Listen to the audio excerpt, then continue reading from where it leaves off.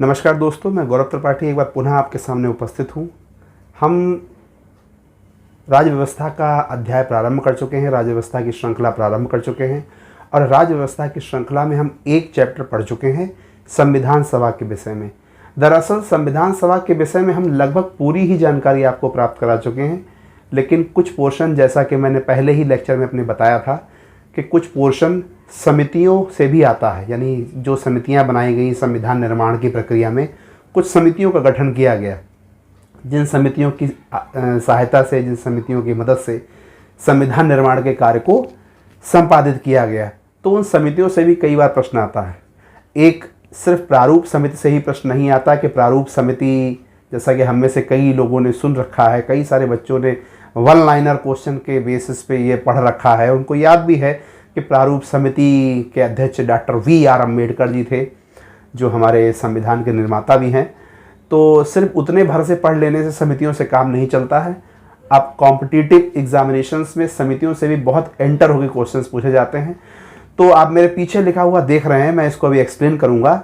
समितियों से जहाँ तक भी संभावित प्रश्न हैं वो सब मैंने यहाँ आपके सामने परोसने का पूरा प्रयास किया है और मुझे पूरी आशा है कि संविधान सभा के द्वारा संविधान निर्माण की प्रक्रिया में जिन समितियों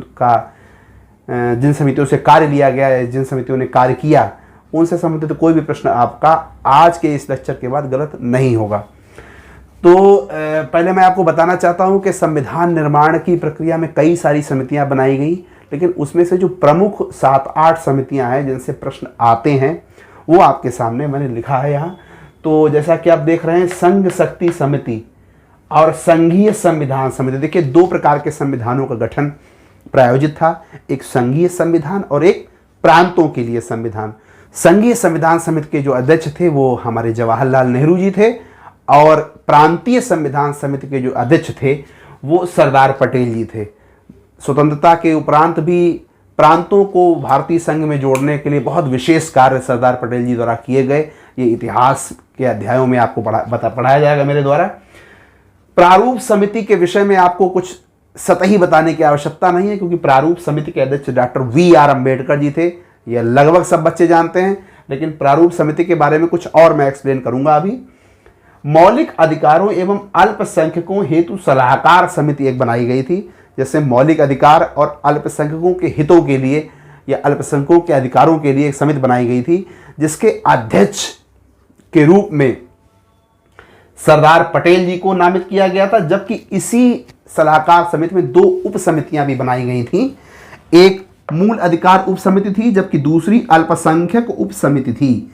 मूल अधिकार उप समिति की अध्यक्षता एक प्रकार से जे.वी. कृपलानी द्वारा की गई थी। अध्यक्षता कहना यहाँ पे इसलिए उचित नहीं है क्योंकि इस पूरी समिति की अध्यक्षता सरदार पटेल जी द्वारा की गई थी। फिर कार्यों का बंटवारा कर दिया गया था इन 2 उप समितियों के आधार पर इन 2 व्यक्तियों के बीच। तो मूल अधिकार उप समिति के कार्य दे दिए गए थे जे.बी. कृपलानी जी को और अल्पसंख्यक उप समिति के कार्य दे दिए गए थे एच.सी. मुखर्जी जी को।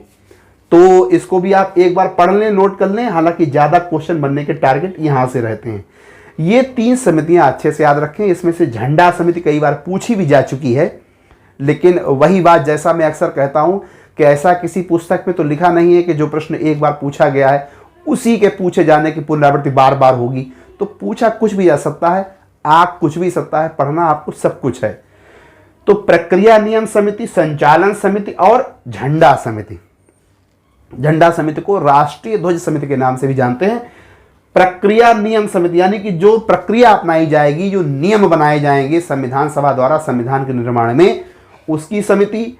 संविधान सभा के जो अधिवेशन चला करते थे, जैसे मैंने आपको अपने पहले लेक्चर में बताया था कि 11 अधिवेशन हुए और 12वें अधिवेशन के बाद जो है वो 26 जनवरी 1950 को हमारा संविधान पूरी तरीके से लागू हो गया। और ये जो 12वां अधिवेशन था ये 24 जनवरी 1950 को प्रारंभ हुआ था। ये सब मैंने अपने पहले लेक्चर में बताया है। डिस्क्रिप्शन में मैं पहले लेक्चर का लिंक भी आपको शेयर कर दूंगा। तो प्रक्रिया नियम समिति, संचालन समिति एवं झंडा समिति, जिसको राष्ट्रीय ध्वज समिति भी कहते हैं, इन तीनों ही समितियों की अध्यक्षता डॉक्टर राजेंद्र प्रसाद जी द्वारा की गई थी। ध्यान रखिए, झंडा समिति कई बार पूछा भी गया है। अब प्रारूप समिति पर ही आते हैं, जो कि प्रमुख समिति है। इन 7-8 समितियों में सबसे ज़्यादा क्वेश्चंस जिस समिति से पूछे जाते हैं वो प्रारूप समिति है। इसके 2-3 कारण हैं। इसका पहला कारण तो यह है कि प्रारूप समिति के जो अध्यक्ष थे डॉक्टर वी.आर. अम्बेडकर साहब, इनको ही सबसे मेन किरदार हम सब जानते हैं संविधान के निर्माण के रूप में। प्रारूप समिति के अध्यक्ष भी यही थे और प्रारूप समिति में 6 और सदस्य थे इनके सिवा, मतलब डॉक्टर बी.आर. अम्बेडकर को छोड़कर 6 और सदस्य थे। तो इस प्रकार का प्रश्न भी 1-2 बार आ चुका है निकट में, कई स्टेट सिविल सर्विस में भी आया है कि डॉक्टर बी.आर. अम्बेडकर के अतिरिक्त प्रारूप समिति में कितने सदस्य थे, या ऐसे पूछा जाता है कि प्रारूप समिति में कुल कितने सदस्य थे, या प्रश्न को थोड़ा और यदि जटिल बनाना होता है एग्जामिनर को तो वो इन 7 नामों में से कोई 3 नाम सही दे देता है, चौथा नाम गलत दे देता है और आपसे कहता है कि बताइए प्रारूप समिति में से निम्न में से कौन एक व्यक्ति नहीं थे। या और अगर उसको जटिल बनाना है प्रश्न को तो वो 4 नाम देगा और 4 में इन 7 में सिर्फ एक ही सही नाम रखेगा। वहां पे वो आपकी परीक्षा करेगा कि आपने संविधान सभा को, प्रारूप समिति को कितने अच्छे से पढ़ा है। तो आइए, अब तो आपके प्रश्न गलत नहीं होने हैं कभी। Doctor B R. अम्बेडकर जो कि प्रारूप समिति के अध्यक्ष थे, सदस्य होने के साथ साथ अध्यक्ष थे। बाकी नाम आपको अच्छे से याद रखने हैं। Doctor B R. Ambedkar, N. Gopal Swami Ayyangar, Alladi Krishna Swami Ayyar, doctor K M. Munshi, Syed Mohammad Saadulla, N. Madhavrao और टी कृष्णामाचारी। देखिए, ये जो एन. माधवराव है, ये जो मेन संविधान सभा की प्रारूप समिति बनाई गई थी 7 सदस्यों की, उसमें ये नहीं थे। इनके स्थान पे एक बी.एल. मित्र साहब थे।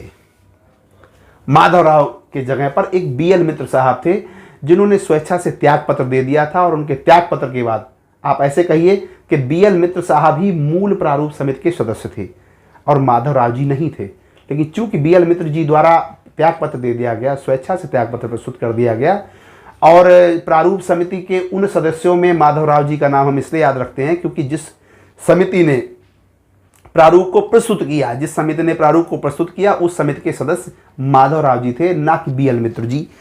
तो बी.एल. मित्र के स्थान पर माधवराव जी का चयन हुआ था। माधवराव जी मुख्य प्रारूप समिति के हिस्सा नहीं थे, लेकिन बाद में ये प्रारूप समिति में आए। ठीक उसी प्रकार टी कृष्णामाचारी, जो टी कृष्णामाचारी जी थे, वो भी मुख्य प्रारूप समिति के हिस्सा नहीं थे। इनके स्थान पे एक डी.पी. खेतान साहब थे जिनकी मृत्यु के उपरांत, अब देखिए, वी.एल. मित्र जी के स्थान पर एन. माधवराव जी आए, रखे गए और डी.पी. खेतान के स्थान पर टी कृष्णामाचारी जी को यहां पर नामित किया गया, चयनित किया गया, क्योंकि बी.एल. मित्र जी का उन्होंने स्वेच्छा से त्यागपत्र दे दिया था और डी.पी. खेतान जी का निधन हो गया था। तो ये 2 चीज आप याद रखें। मैंने यहाँ नोट नहीं किया, लेकिन आप नोट कर लें, इसलिए मैंने 2-3 बार आपको बोल दिया, रिपीट कर दिया। तो प्रारूप समिति में 7 सदस्य थे। मैं एक बार दोबारा नाम रिपीट कर देता हूं। Ambedkar, doctor B R. Ambedkar, N. Gopal Swami Ayyangar, Alladi Krishna Swami Ayyar, doctor K M. Munshi, Syed Mohammad Saadulla, N. Madhavrao, T Krishnamachari. आपको मुख्य रूप से तो यही 2 नाम याद रखने हैं, लेकिन आप ये भी याद रखें, स्मरण रखें, लिख लें कि एन. माधवराव और टी कृष्णामाचारी किन किन के स्थान पर आए थे। जैसे माधवराव जी आपके बी.एल. मित्र के स्थान पर आए थे और कृष्णामाचारी आपके डी.पी. खेतान जी के स्थान पर आए थे। तो यह भी याद रखें। अब यहां देखिए, मैंने कुछ और पॉइंट नोट किए हैं, अभी स्पष्ट होते हैं आपको। अब देखिए, बहुत सारी समितियां बनाई गई। पहले संविधान सभा का गठन हुआ, संविधान सभा का गठन किया गया। मैंने अपने पहले लेक्चर में आपको विस्तार से ये सब समझाया है। संविधान सभा का पहले गठन हुआ, फिर संविधान सभा द्वारा संविधान निर्माण की प्रक्रिया को आगे बढ़ाने में समितियां बनाई गई। ये सारी समितियां बनी। इन सारी समितियों ने अपने अपने बंटवारा किए गए कामों को किया। प्रारूप समिति ने उसका प्रारूप बनाने में मदद करी।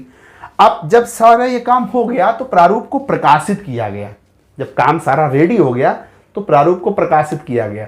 तो यहां से भी काफी प्रश्न पूछे जाते हैं कि प्रारूप को सबसे पहले कब प्रकाशित किया गया, दूसरा प्रकाशन इसका कब हुआ, अंतिम प्रकाशन इसका कब हुआ, या संविधान पहली बार कब पढ़ा गया, किसके द्वारा पढ़ा गया। तो इस प्रकार के प्रश्न भी आते हैं, तो वो भी मेमोराइज आप रखें।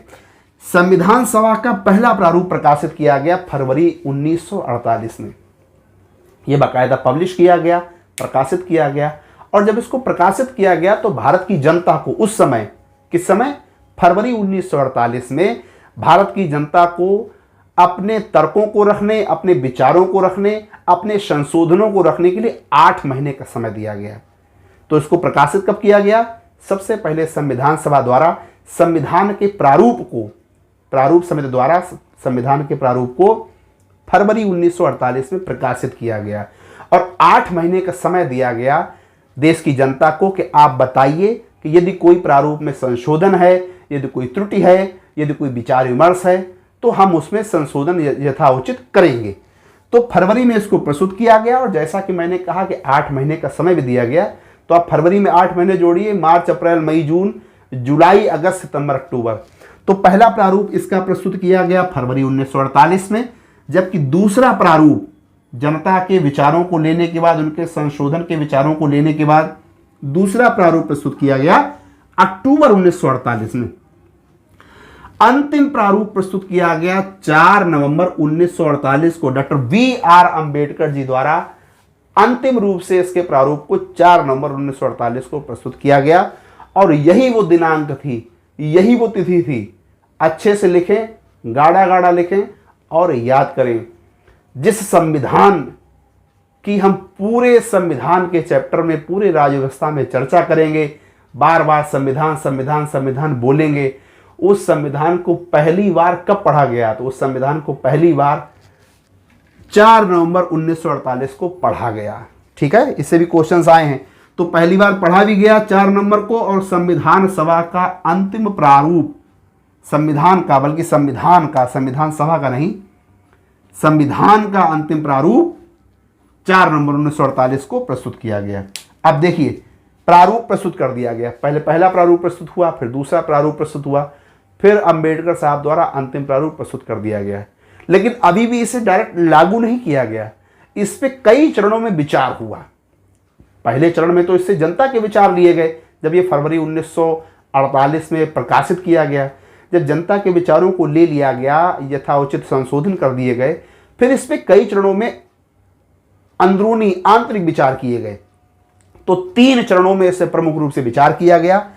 पहला तो ये, जब अंतिम प्रारूप प्रस्तुत किया गया 4 नवंबर को, तब से यानी 4 नवंबर 48 से 9 नवंबर 1948 तक पहली बार इस पर विचार किया गया। दूसरा विचार इस पर 15 नवंबर 1948 से और 17 अक्टूबर 1949 तक किया गया। अब आप देख रहे होंगे ये तो काफ़ी लंबा अंतराल है। तो ये लंबा अंतराल इसलिए है कि पहली बार इस पर थोड़ा सतही विचार किया गया, इसके मुख्य बिंदुओं पर विचार किया गया। लेकिन बाद में संविधान निर्मात्री सभा और प्रारूप समिति के सदस्यों द्वारा यह देखा गया कि हमको खंडवार भी विचार करने की आवश्यकता है। तो बाद में 15 नवंबर 1948 से और 17 अक्टूबर 1949 तक, यानी काफ़ी लंबे समय, लगभग आप देख रहे होंगे लगभग 11 महीने तक इस पर खंडवार, यानी प्रत्येक खंड को बारीकी से जांचा परखा गया, उस पर विचार हुआ। और अंतिम बार, तीसरी बार इसे विचार करना प्रारंभ किया गया 14 नवंबर 1949 को। 14 नवंबर 1949 को इस पर अंतिम विचार करना प्रारंभ किया गया। और तभी डॉक्टर बी.आर. अंबेडकर ने एक बहुत फेमस लाइन बोली थी, जो पूछी तो नहीं आती है, लेकिन जो संविधान पढ़ते हैं, जो राज्य व्यवस्था पढ़ते हैं, उनको सबको ये लाइन याद होती, रटी होती है। ये 14 नवंबर 1949 ही वही वो तिथि थी जब डॉक्टर बी.आर. अंबेडकर ने कहा था कि the constitution is settled by the assembly be passed. The constitution is settled by the assembly be passed. और 26 नवंबर को